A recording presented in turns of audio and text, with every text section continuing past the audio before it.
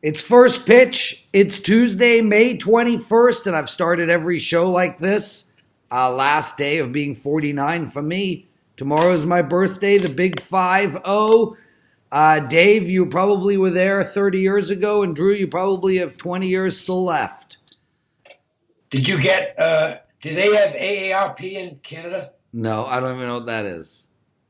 Oh, too bad. You don't get the discounts then. Yeah. Don't worry, I don't need the discounts. Let's start. I don't need the discounts either, but they're still nice to have. Sure. Dave, how are you? How was your weekend? Saturday was terrible. Sunday was quite good. And I didn't do anything yesterday, but I did give out a free play on the Rangers, which managed to hang on 10-9. So, some days are real good, some days aren't so good. But I like my chances today with lots of underdogs. And Drew Martin, how you doing, brother? I'm doing good, Prez, and good morning to you as well, Dave. Happy early birthday to you, Prez, and overall I'm doing good. In May, 10-4, up over 70%, so I'm feeling good, feeling like I'm seeing it well, and hopefully, like Dave, pick out a couple dogs, even though I like a couple favorites on today's card. Well, we're going to talk about every game on the board like we always do. Before we get into that, really quick couple of things. It's $2 Tuesdays at WagerTalk and Sports Memo. The $2 Tuesday at WagerTalk is VR. Make sure to head over to WagerTalk.com and check him out. And Drew, what's going on at the Memo? We got Mr. Teddy Covers Tuesday. He's also got a 5% in the NBA and a $2 Tuesday play in MLB, which you really like. So check it out. It's right there on the front page. He's heating up as well, Prez. Yeah. Well, you know what? Everybody's rolling in baseball, especially over at WagerTalk. I'm on a 5-1, 11-4 baseball run, but Tony Finn is killing it, dude. He's on a 15-2 baseball run, 15-2 in his last 17 plays, and he's got 2 baseball plays going tonight. Boys, we got a lot on tap today, so let's get straight into it. Dave Cokin, I go to you first. We'll talk Cleveland. They're hosting Oakland. They're minus 130. The over and under is 8.5. Oakland's won 4 in a row, Dave. Cleveland, 4 of their last 6. Bauer versus Bassett. That's an easy one anyway. Bottom line, Dave, Cleveland's a much better team. Do we need to overthink this, or is Cleveland the play? I would disagree that Cleveland, they're a few games over 500, but I don't see where they're any great shakes. Their offense remains shaky. Chris Bassett's really interesting. He's on fire. I mean, this guy's he's pitching really well right now, and he's doing it with a 4-seam fastball that's getting a lot of soft contact and a lot of swings and misses. Now, I don't know how long it's going to continue, but right now, Chris Bassett is a go-with guy. And Trevor Bauer actually is not pitching well right now. He's had some command problems recently. I think that's why the price is low in this game, because if you do the model on the game, the Indians are a much bigger favorite, and yet it's one of those lines that some people would look at and say, fishy line, and I think you'll see some sharp play on the Oakland side in this game. Drew Martin, any quick thoughts on this game? Yeah, I agree with Dave. I think Oakland's the side here. One, you got Bassett coming back to Ohio. He pitched at Akron in college, so, a little bit familiar. And also, Oakland pounded out 34 runs on this road trip. That's over the last 4 games, so their offense is seeing it well. I think as a small dog, Oakland is the side I would bet. He's Drew Martin. I'm the Prez. Dave Cokin, my co-host, with us every day, Monday to Friday. And you can find us up at WagerTalk TV on YouTube. Drew, Pittsburgh hosting Colorado. Both teams are playing to the over. 52% of the money is coming in on Pittsburgh. They are basically a pick'em, with the away team being upwards of minus 125. The over and under is 7.5 in this game, and Colorado's on a free fall, lost 4 in a row, with Pittsburgh winning 3 in a row. Where are we going here? I agree with this late move here, Prez. Marquez out of Coors Field has pitched well. Archer on the other side, a guy I haven't been involved with a lot, but just anytime Marquez is on the road, he tends to pitch a lot better. So I would follow that trend, even though I haven't touched this game personally. Dave? Archer's just not a go-with guy right now.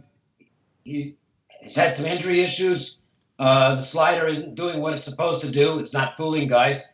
And you look at these analytics numbers, and they're just bad. FIP's over 5, XFIP's near 5, Sierra's mid-4s. That's not a go-with pitcher. Yeah, that's for sure. And he used to be so good.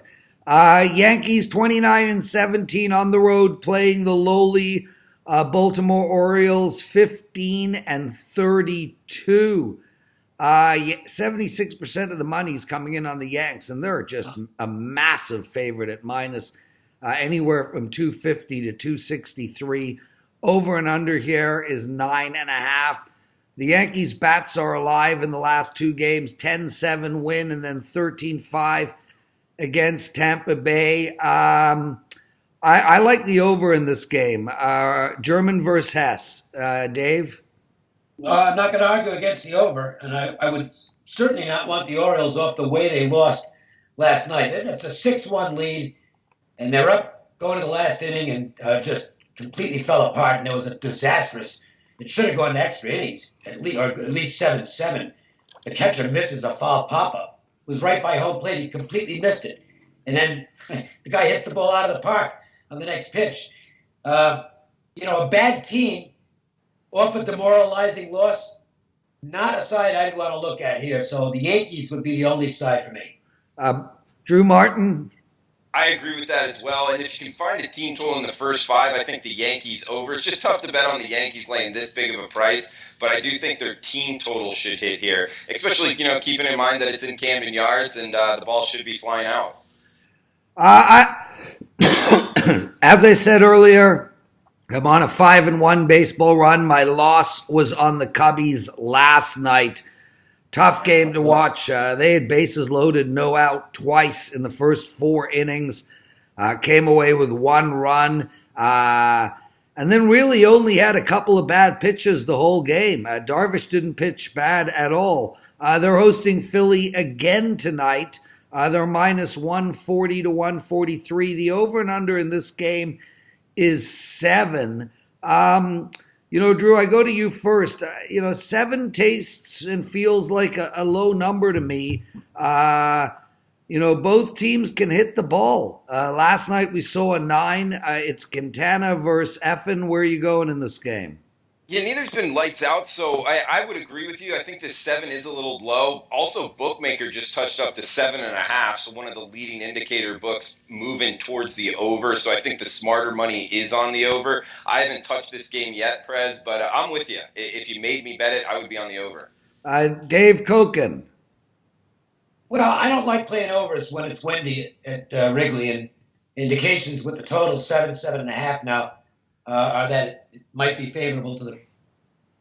Been good. He's been a solid guy for the Phillies. Quintana's been solid for the Cubs. I don't know. I mean, to me, it's a game where I think it could come down to the bullpens. I would probably lean to the Cubs a little bit in this game to bounce back, but it's not going to make my card. Toronto, 19-28 on the year, hosting Boston, 3 games above 500. Toronto's playing to the under, Boston to the over. We have an 8.5 on the board, Stroh on the mound. Toronto is plus 140 tonight. No. Boston's the favorite. Yeah, Toronto's plus 140. Oh, I thought you said minus 140. Toronto is plus 140, Boston all the way up to 163. Dave, hard to be playing Toronto pretty much ever. I hope you had a nice Victoria Day. And why in the world, on a day when, again, I think the game was broadcast across Canada. It's absurd. And so it's a holiday day game. And they decide, this is the day we'll give Vladdy Guerrero Jr. the day off. Yeah, and it was their first game back. Great road trip. He was the AL Player of the week. I mean, Yeah. they got lambasted on news media last night. I mean, it was well deserved. yeah, Well deserved. made absolutely no sense. No, and to me, it even sends a bad message to the team. They don't care about winning. That's a game you want to win. Okay, David Price, who owns them, is in town, and that's a game you want to win. There's not many you circle if you're the Blue Jays this year because they're non-contenders. But that's when you want to win. And they just a total no-show. I couldn't back them here. Eduardo Rodriguez, another tough lefty. Stroman's having a rough time. He's had no luck. I mean, he's not pitching badly, but he's just been completely unlucky. And I suspect that will continue tonight. Drew Martin, what do you like in this game? Yeah, I mean, what you guys were saying yesterday, it was kind of head-scratching. But, Stroman on the hill, I've noticed the last couple of times, back there on the hill. So I'm not necessarily looking to fade him, especially at this price range. But good point with the lefty on the hill, back-to-back here with Boston. So I actually might lean towards the under here, seeing it as high as 9. I don't see a lot of runs tonight in Toronto, so I lean towards the under. That's actually a pretty good thought because, Toronto, I mean, they're playing to the under. They're struggling to hit the ball. And, Stroh, it's just been about run support, really. I mean, he's pitched very well so far. Not very well. He has had a few bad outings, but he's playing to the under, and Toronto is playing to the under. A team worse than Baltimore and Toronto, the Miami Marlins, 13-31. Playing the lowly Detroit Tigers at 18-26. Drew, I go to you first. The home team is -108. The over and under is 7.5. And the Marlins just swept the New York Mets. And speaking about Detroit, they've lost 6 in a row. Go ahead, Drew.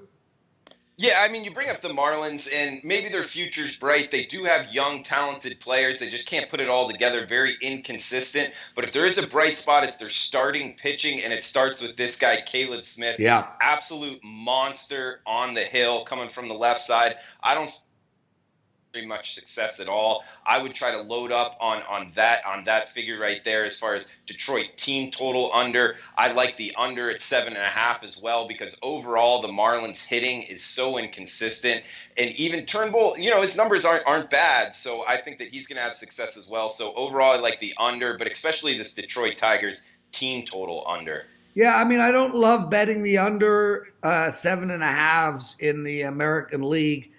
But it's hard not to. I mean, Detroit, Dave, 1 run in 3 of their last 7 games, and the other games were 2, 3, and 4.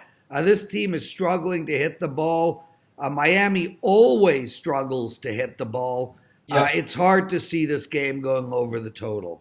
No, I mean, it's one of those games where you look at it and say, boy, it's an obvious pitching duel, and sometimes those don't work out, but this is an obvious pitching duel. Caleb Smith has been terrific for the Marlins. And Spencer Turnbull has been very good for Detroit. He had a few command issues in his last start. A grand slam, all the runs were unearned because there'd been an error. But, he still gave up a grand slam. It wasn't his best outing, but I like Turnbull. He gets it up there 95, 96. He can be tough to hit, and I would think the Marlins are going to have difficulty putting runs on the board. And Smith is just, he's an all-star. Caleb Smith is going to be the Marlins all-star representative. And it's not just because every team gets one player on the All-Star team. Caleb Smith has pitched like an All-Star. Yeah, that he has. Guys, lots going on at WagerTalk TV today. First pitch, as you're watching, Drew and Dave. Puck time with Alex and Carmine. We talk about the St. Louis-San Jose game. And Tony is on Morning Joe, where we look at the Raptors versus Milwaukee. Dave, the New York Mets just got swept by Miami. They're 4 games below 500. They're playing an even more disappointing team in the Washington Nationals at 19-28 on the season. The home team Mets find themselves at -140. We have a 7.5 on the board.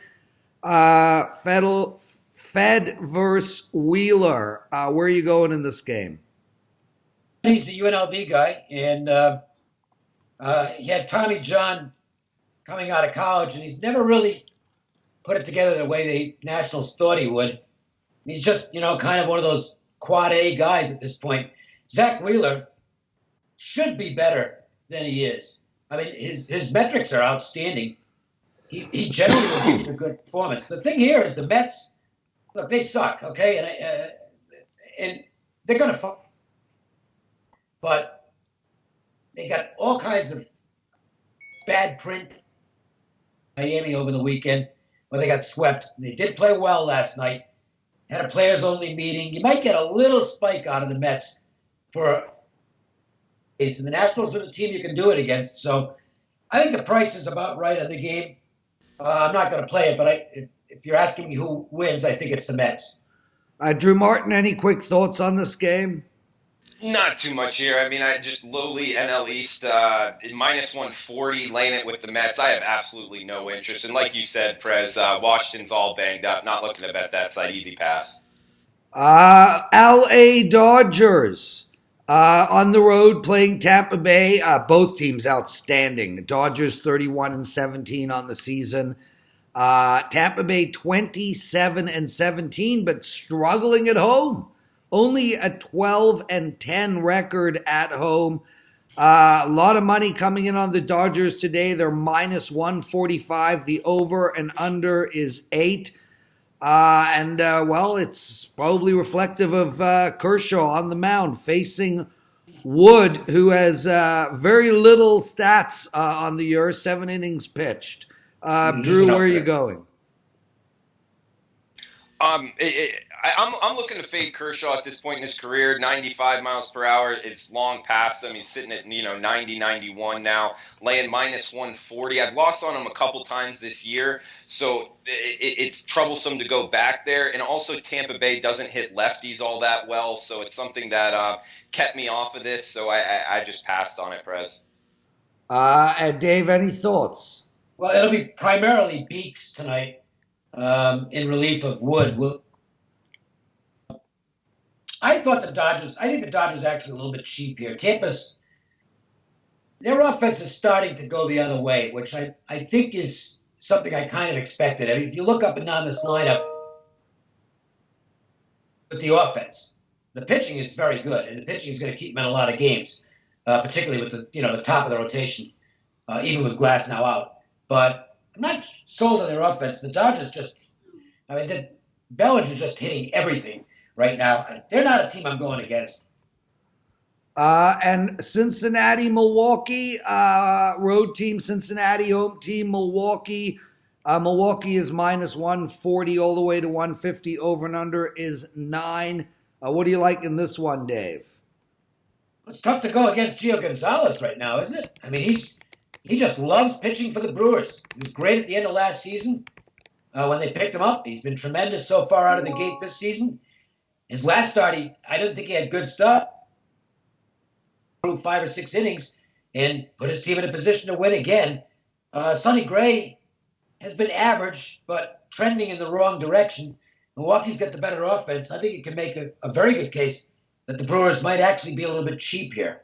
Yeah, plus they're plus one. Oh no, they're minus 140. Drew Martin, what do you think?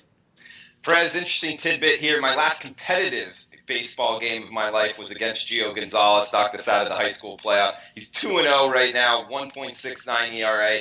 Veteran lefty. He's pitching well. I'm not looking to fade him. Milwaukee 18-6 at home as opposed to 16 on the road. I think it all points towards the Brewers today. And they were as low as minus 133. Don't have it up right now, but if you can get them under minus 140, I like the Brewers. Also, number 1 in MLB in home runs, sitting at 45. How high did you play baseball? High school. My senior year, they knocked us out of the playoffs. He went to Miami Pace, and I don't want to talk anymore about it. 4-3. They hit a grand slam in the last inning, and that's how our season ended. So your team got 3 runs off Gio Gonzalez? Correct. Yeah. Not bad. Must have been pretty good. Yeah, we were really good, man. We had a kid pitching, named Ray Garcia. He was throwing over 90. He made it up to Double-A. So it was pretty much a pitcher's duel. Seattle, Texas. Seattle just free falling, 23 and 27 on the year. They're actually worse than Texas. They just can't seem to win. They've lost 7 of their last 10 and on and on and on. We got the home team at minus 128, 11 and a half on the board.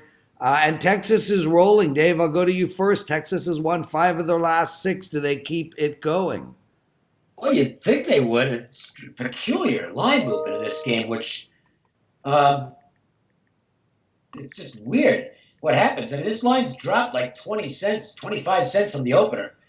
And I can't figure it out. Tommy Malone, who's been a quad A pitcher for like a cup again for Seattle, that they can't catch the ball. I mean, their defense is bullpen's bad. It's a really bad team. The Rangers, Lance Lynn, he's hanging in there. He's been average or slightly above average for the Rangers. To me, Texas looks cheap at this price, and it's one of those games that has me baffled as far as why the line is where it is. Drew. Yeah, Dave. Go ahead, brother.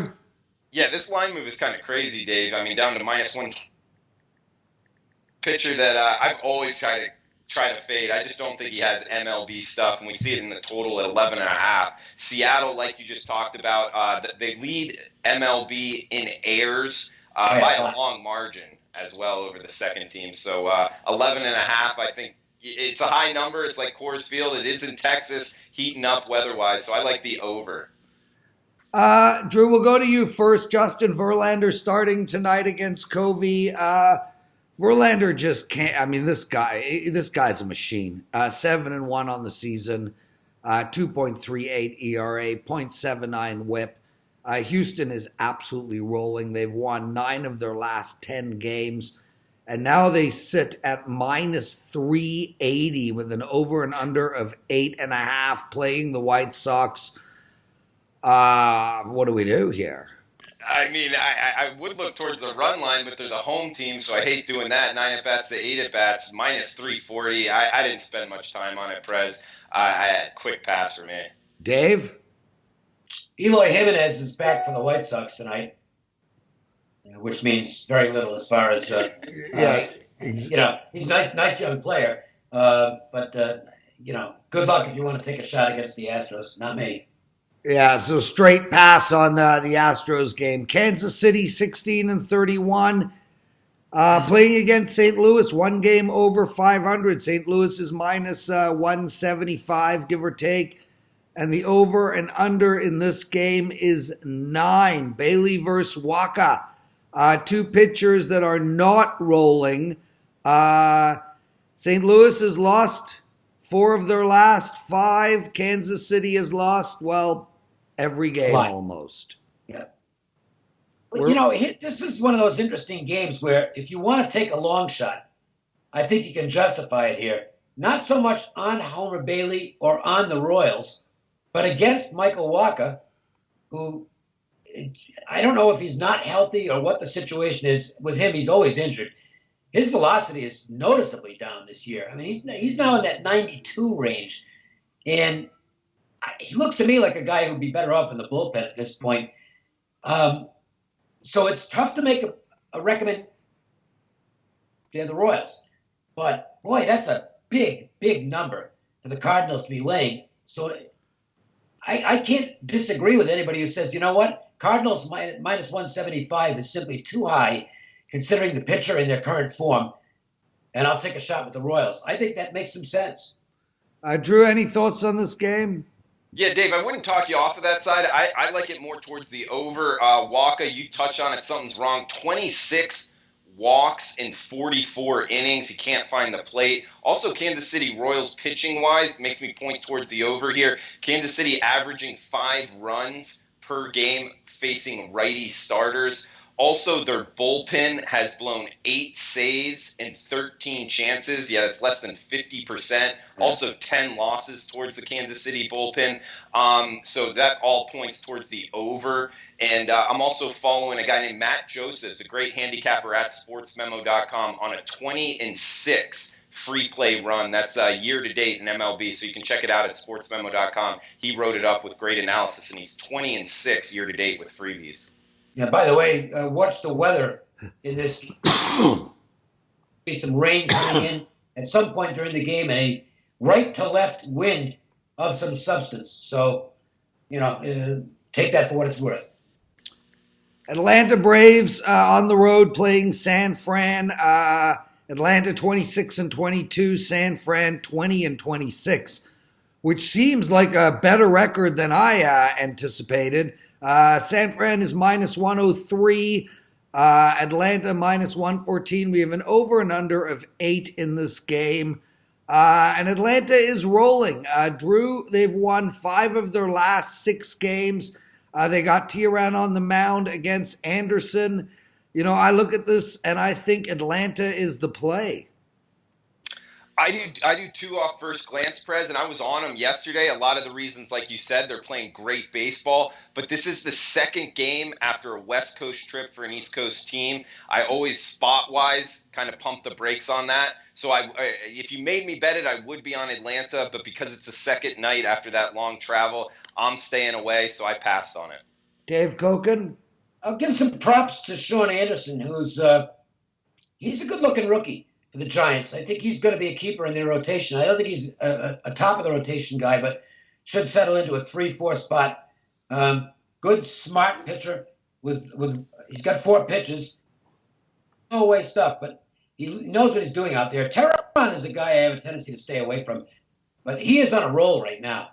And the hot Teheran, if he's got that slider working, then that fastball, which isn't very good when the slider isn't working, but when the slider is working, it becomes a pretty good pitch. And I don't really want to go against him. The problem, with backing the Giants anytime is that you're going to get enough runs to win the game. Their offense is just terrible. Yeah, that's an understatement. Minnesota, guys, 31-16 on the season, but playing just as well away from home as they are at home. They're 16-8 on the year. This Minnesota team is up 15 units of money for their customers, for people betting them on the money line. They're playing the Angels. The Angels are 3 games below 500. Minnesota's plus 102. The over and under is 9 here. It's Pineda versus Cahill. And I look at this and I think to myself, just like in the Cleveland game, I'm just going to take the better team. Go Minnesota. Well, you're going to be going against an Angels team that's going to be shorthanded tonight. Andrelton Simmons, I don't know if he ends up on the DL or the IL or not, but he certainly won't be playing tonight. He turned an ankle badly trying to beat out a single last night, and it was nasty. He had to get helped off the field, so he is definitely out. Ohtani got hit by a pitch on the finger, and the x-rays were negative, but I suspect he might get a day or 2 off, so he could have a shorthanded Angels squad. Trevor Cahill has been an absolute train wreck. So I'll spend a minute talking about Cahill and what his problem is. He was lived throughout his career as a ground ball pitcher. He's got a heavy sinker. That's his out pitch. He gets tons of ground balls and soft contact. He can't get the sinker where he wants it this year. And as a result, the ground ball percentage is way down. His K rate, which was never great, but now it's just lousy. And the hard hit percentage is way up. I believe of all starting pitchers in Major League Baseball, qualified starters, he's got the highest percentage of barrels allowed. More than 25% of his fly balls are going out of the park. That's scary bad. And now he's up against an offense that hits for power. So you would think the Twins are... I don't know if the Angels can keep pace. I think it might be a high-scoring game because Michael Pineda is garbage. But I have to agree with you on this, Prez. Twins are nobody for me. Drew Martin, any quick thoughts on this game? Man, great stats there, Dave. Ball rate, I've never seen it that high. But yeah, just talking about this, I'll just add on to the fact that the Angels, as far as team OPS, home road discrepancy on the road, over 250-point team OPS difference. They hit a lot better at home, so that would point me towards the Angels. Been awful. Minnesota Twins, like you said, Prez, they can hit the ball, so I would point towards the over. It's just this ballpark, West Coast at night, doesn't tend towards overs. But if you made me bet it, I would be on the over of 9. Yeah. Last game on the board, Drew, you go first. Arizona versus San Diego. Take it away. Grinky, 7 -1. I don't think San Diego, in terms of their lineup, is what we thought preseason. The pitcher, I haven't bet on him. I haven't seen him. I would lean about at Petco at night of 7. Other than that, I didn't bet this game. Dave? I would lean to the under as well. I guess Greinke's okay. He's coming off a game where he had to leave in the middle of an at-bat because of some abdominal issue, but he said he's fine and he's ready to go. Matt Strahm has been very good for the Padres. And, Petco's not a great park at night. I think you might get another pitcher's duel just like you had last night. That's the show, boys. Tomorrow's the birthday bash. My 50th birthday, and I will still be doing these videos. We'll have Dave Cokin and someone else on tomorrow. Maybe Ralph Michaels. We'll figure it out. And Drew, thanks for joining us, brother. We'll see you next Tuesday for First Pitch. Great work, everybody. And listeners, thanks for being fans of this show. Go, my friends. Be well.